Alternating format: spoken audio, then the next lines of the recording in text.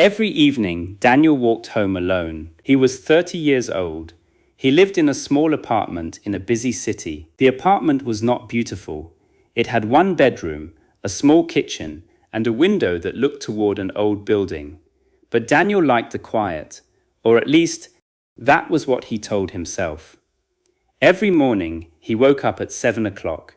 He made coffee, he put on his blue shirt, and he went to work. Daniel worked in a small office. He spent most of his day in front of a computer. He answered emails, he attended meetings, he completed his work, and at the end of the day, he went home. The same thing happened every day. Monday, Tuesday, Wednesday, Thursday, Friday.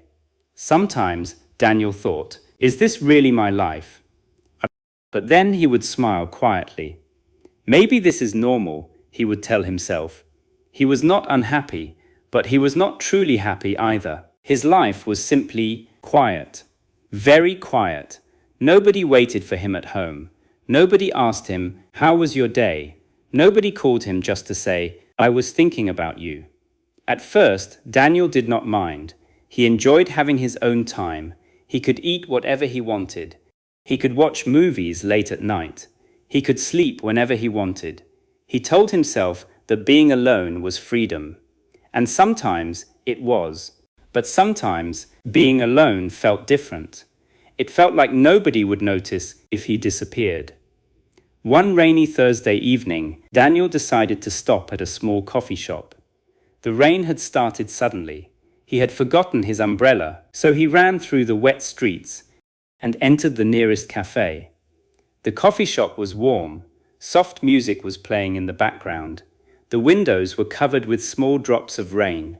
Daniel took a seat near the window. He removed his wet jacket and looked outside. The waitress looked surprised. Of course I do. Then she walked away.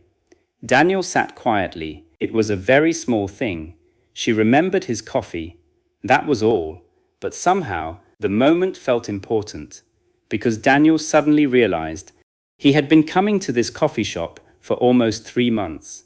He had never thought about it before. He had never noticed that someone had noticed him. People were walking quickly. Some were holding umbrellas. Some were running toward their cars. Some were walking beside someone they loved. Daniel watched them quietly. Then a waitress walked toward his table. She was a woman in her 40s. She smiled. Your usual coffee? Daniel looked up. For a moment, he did not understand. My usual coffee? The woman laughed softly. Yes. She pointed toward the counter. Black coffee, no sugar. Daniel looked at her. A few minutes later, the waitress brought his coffee. She placed it on the table. Then she said, You look tired today. Daniel looked at the cup. Yes, he said. Today was a difficult day. The waitress nodded. Some days are like that. Daniel smiled a little. Then he asked, Do you have difficult days too? The waitress stopped. For the first time, her smile disappeared. Yes, she said. Everyone does. Then she walked away. Daniel looked out the window again. The rain continued to fall, but something inside him had changed. He had spent years believing that nobody really saw him. He believed that his life was too ordinary to matter to anyone. But maybe he was wrong. Maybe people noticed him in ways he never understood. Maybe the security guard at his office noticed when he arrived late.